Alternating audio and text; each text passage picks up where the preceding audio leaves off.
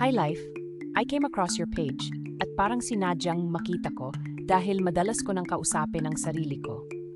I always thought that I need someone to talk to na hindi judgmental o kahit na i-judge man ako, hindi mo naman ako kilala at wala naman sigurong emotional wreck na mangyayari sa akin. Ako ay 40 years old na at hiwalay sa asawa. Sumakabilang bahay na siya na nag-iwan ng isang malaking sugat sa aking puso. Mabuti na lamang at hindi kami nagkaanak at ako lang ang masasaktan sa pangyayari. Pero hindi naman tungkol sa hinayupak na yun ang sulat ko. Buhat ng maghiwalay kami ay naging mas maganda ang buhay ko. I experienced the single blessedness. Hindi lang buhay ko ang gumanda, pati ako ay gumandi din. Gumawa ako ng Facebook account para kumokek sa mga dating kaibigan. Madami ang nag-add friend sa akin hanga sa makita ko ang crush ko nung college. Si Kulot na laging nakainom, mamula-mula ang pisngi at napakagwapo. Curious lang ako at hindi ko siya nakikitang may kasamang babae, puro mga barkada niyang lalaki ang kasama. Minsan sumasagi sa isipan ko kung bading ba siya, pero lagi ko naman nakikitang napapaaway sa basketball at lalaking-lalaki ang dating. Hindi lingid sa mga kaibigan ko na crush ko si Kulot, at pag nakikita nila ay sasabihin nila ng malakas na, "Oy, si Kulot yung crush mo." Makikita ko siyang napatingin sa amin at mapapangiti. Ganun lang ang pangyayari at ang tanging nalaman ko ay Fort ang palayaw niya. Hanga sa nakagraduate na kami at lahat ay hindi ko nalaman ang buo niyang pangalan. Doon ko na-realize kung bakit ko siya nagustuhan. Hindi siya babaero dahil turn off talaga ako sa mga lalaking mapagmalaki sa mga babaeng sabay-sabay nilang nagiging syota. Nag-iba nga ang mundo ko nang hindi ko na siya nakikita. For a while, ay hinahanap-hanap ko siya. Kahit sulyap lang ay oks na sakin.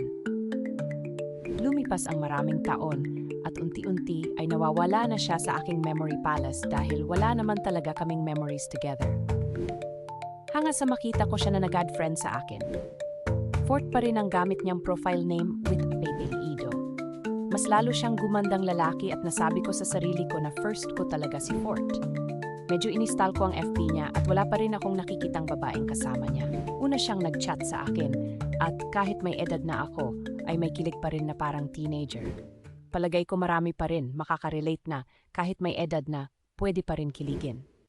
Enough of the kilig moment, shameful moment naman dahil nung nag-chat siya sa akin ay tinanong niya kung ako ba yung laging tinutukso ng mga barkada ko na, "Oy, si Kulot yung crush mo."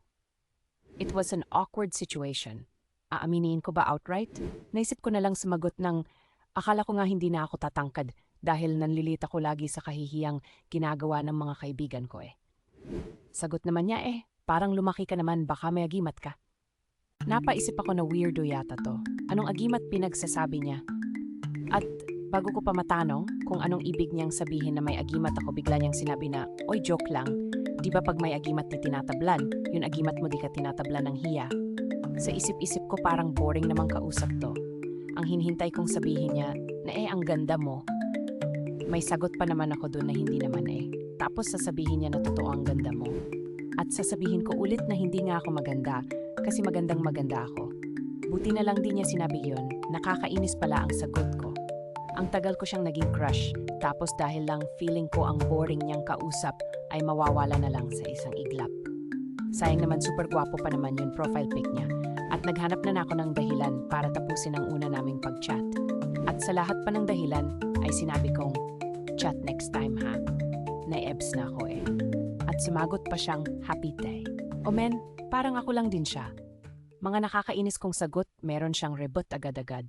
Kaya sabi ko ay umurong na pala at sabay kaming nag-chat ng ha-ha-ha at medyo na-extend ang aming usapan na walang katuturan pero nagkaroon ng saysay.